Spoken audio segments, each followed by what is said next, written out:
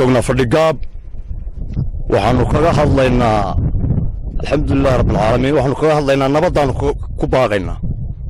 waxaanu soo dhawaynaynaa aad iyo aad soo dhawaynaynaa labada beelood ee walaalahaya ah ee la dhaho idarays iyo boho waxaanu leenahay waryaalee wuxuu aar walaal noqon waayaanu baakhira seegay waxaanu leenahay war nabadda kii kastee dhintaaba innagu inaga dhimanaya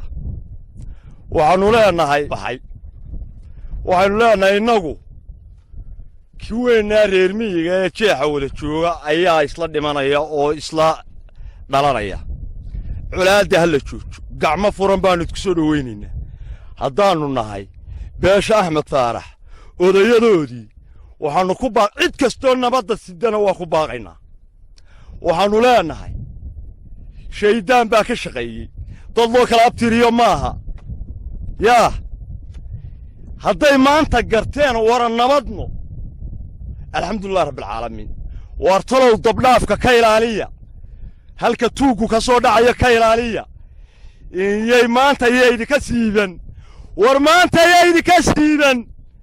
dadoo kale war dilaal iyo nimaan danteen nahayn iyo nin meel ka soo hadla ninna ha maqlina waxaannu leenahay nabadda aad iyo aad iyo aad baannu idinku taageersannaa waxaannu leenahay oo u dhimanaynaa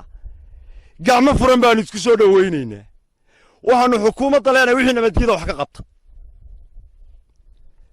intaas ayaan waxaannu joognaa fadhigaab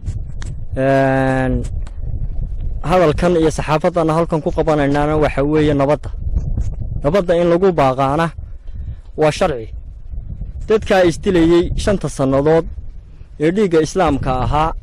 haddii maanta ay is-afgarteen oo boqorkii iyo garabkii kaleba ay wada socdaan oo nabad ku baaqeen annana waan ku taageerin ayadoo ilaahayna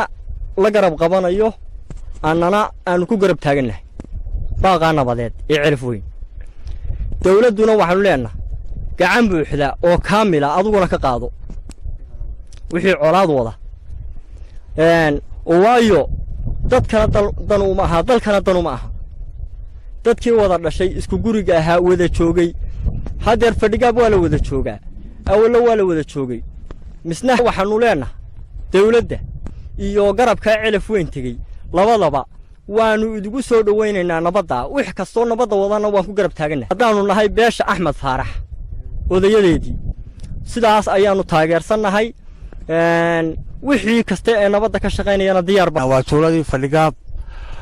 fadhigaaboo axmed faarax baanu nahay waxaanu u baaqaynaa nimankaas soo dhaweynaya